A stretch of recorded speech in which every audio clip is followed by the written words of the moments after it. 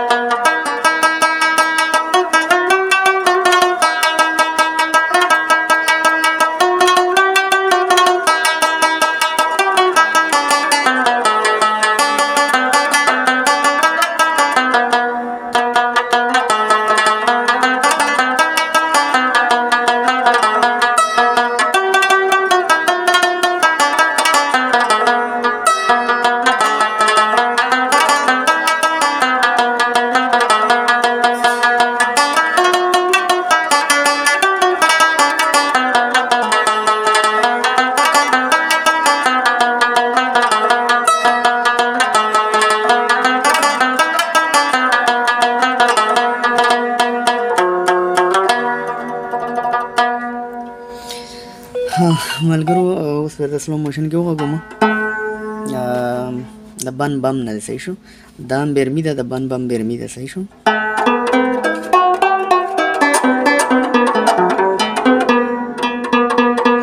دا یې ریدم شو. که ساده ریدم دی کوم چې تاسو زیلو دغه کې اخلئ، دا اوس په بم او په کټه کې. بیا د آزاد زیل نه شروعات دی. دا پرده پکې نه ده استعمال شوی، صحیح شو. ډایرکټ دلته په کچه دوو پردو کې ده.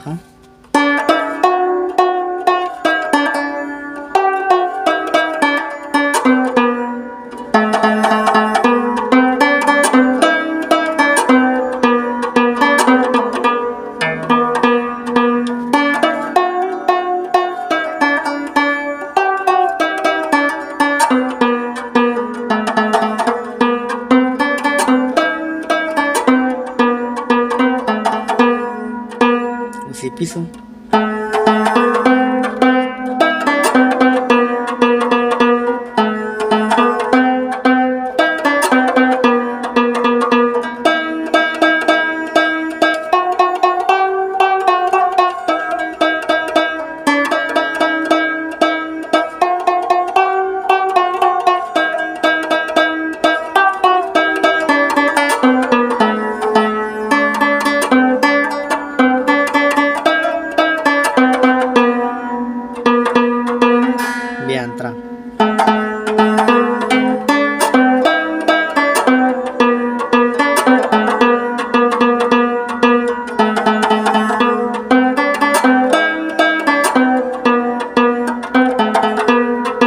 काटो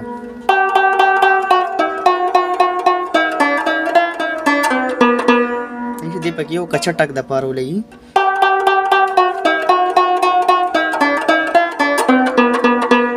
बिया का जावरे अंतरा दा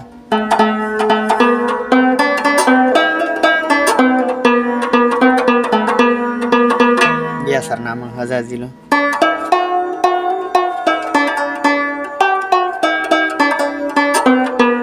دلته چې لوګون دغه ورخواږي کنه سره به لوګون دغه خوان پیدا کیږي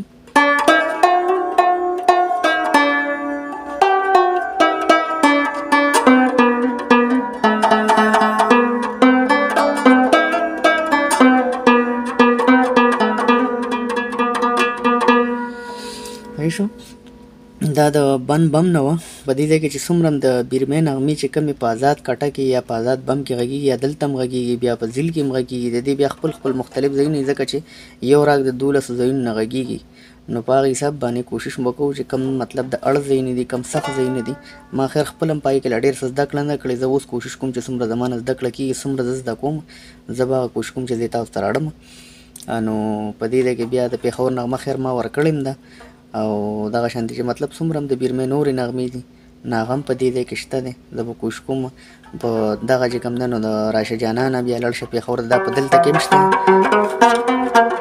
هغه ټول سخت مطلب ټول بند ټکونه یې کې آزاد ټک نشته دی نو هغه لږ دې نه بیا نور هم سخته د ګوتو ریاصل لپاره مطلب خو د هغې دپاره به سرګم زه تاسو ته دغه کوم شیر کوم چې کوم د بندو ګوتو سرګم دی چې کله ستاسو ګوتې په پردو باندې کښېني بیا به تاسو ته د اړ ځای نه رباب غږول اسان شي